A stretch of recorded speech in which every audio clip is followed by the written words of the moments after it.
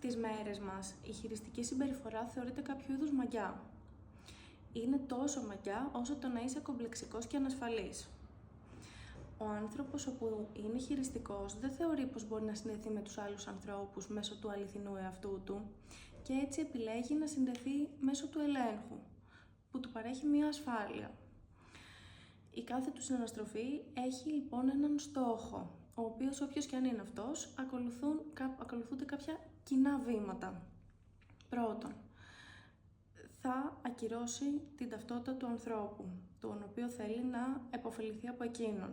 Θα του πει πόσο άχρηστος είναι, πόσο ανικανός είναι, πως χωρίς το άτομο αυτό δεν θα μπορούσε να κάνει τίποτα, κάνει πολύ κακές επιλογές και κυρίως κάνει πάρα πολύ λανθασμένες επιλογές όταν έρχεται να κάνει με τους άλλους ανθρώπους. Άρα όλοι οι οικοί του και όλοι όσοι συνάζονται για εκείνον, στην πραγματικότητα τον εκμεταλλεύονται, δεν τον αγαπούν και ο χειριστικός καταλήγει να είναι ένας άνθρωπος παύλα σωτήρας. Φυσικά υπάρχει ένα ξεκάθαρο πλάνο για τη σύνδεση αυτήν και όταν αυτό επιτευχθεί θα προχωρήσει στο επόμενο θύμα του.